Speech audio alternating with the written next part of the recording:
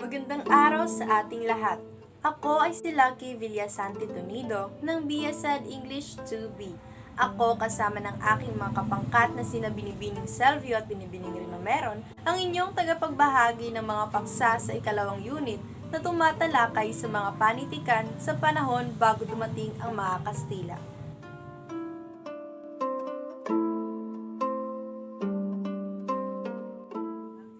Ang panitikan ay maiuugnay sa kasaysayan.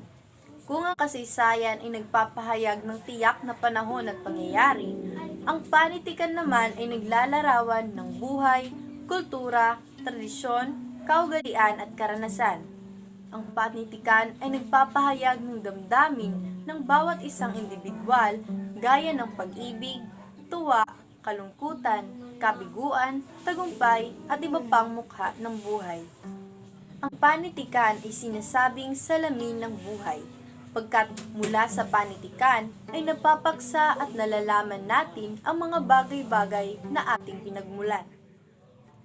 Bago pa man dumating ang mga Kastila sa Pilipinas, ay mayroon ng sining at panitikan ang mga sinaunang Pilipino na nagpapatunay lamang na mayroon ng sibilisasyon sa Pilipinas bago pa man dumating ang mga Kastila. Karamihan sa mga panitikan nila ay mga pasalindila gaya ng alamat, bulong, kwentong bayan, awiting bayan, epiko, buktong, salawikain, sawikain at kasabihan. Ang ating mga ninuno ay gumamit ng kawayan, talukap ng niyog, dahon at balat ng punong kahoy bilang kanilang sulatan. Ang ginamit nilang panulat ay ang mga matutulis na mga bagay na kanilang natatagpuan sa kapaligiran gaya ng matulis na kahoy, bato o bakal.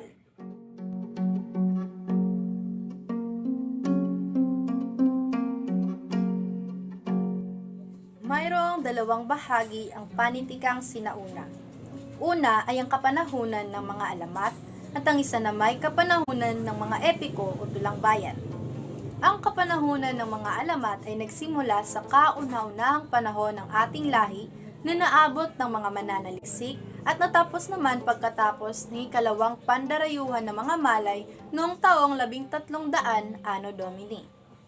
Ang kapanahunan naman ng mga epiko o tulang bayan ay nagsimula noong taong 1300 Anno Domini at nagtapos sa panahon ng pananakop ni Legazpi noong taong 1565 Anno Domini.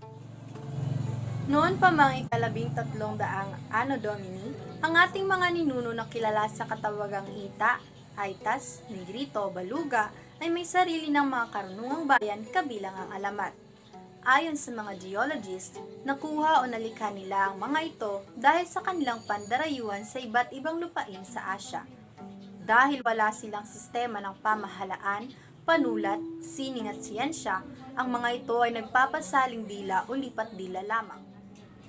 Pagkalipas ng 4,000 taon ay dumating sa ating kapuluan ang mga Indones. Sumunod na nandayuhan sa ating kapuluan ang mga Malay. Sila ang nagturo sa ating mga ninuno ng alpabeto na tinatawag na Alif Bata o Alibata.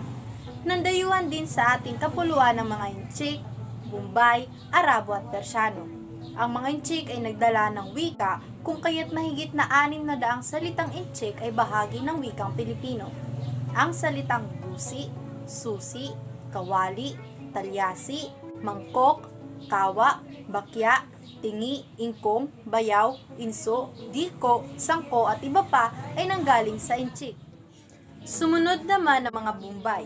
Nagdala rin sila ng wika sa Pilipinas gaya ng mga silitang guro, bansa, mukha, likha, hukom, dukha at iba pa. Sumunod na nandayuhan sa ating kapuluan ng mga Espanyol na may layuning mapalawak ang kanilang kolonya at magpalaganap ng pananampalatayang Kristyanismo. Ipinasunog ng mga prailing Espanyol ang mga naisulat na panitikan ng ating mga ninuno.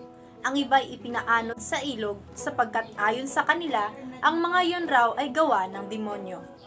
Ngunit ang mga alamat at iba pang panitikan nagpasalin-salin lamang sa bibig ng ating mga ninuno ay hindi nila nasira. Ngayon ay alamin naman natin ang 6 sa ilang uri ng panitikan bago dumating ang mga Kastila. Narito si Binibining Selvio upang ibahagi sa inyo ang 3 sa 6 na ilang uri ng panitikan bago dumating ang mga Kastila.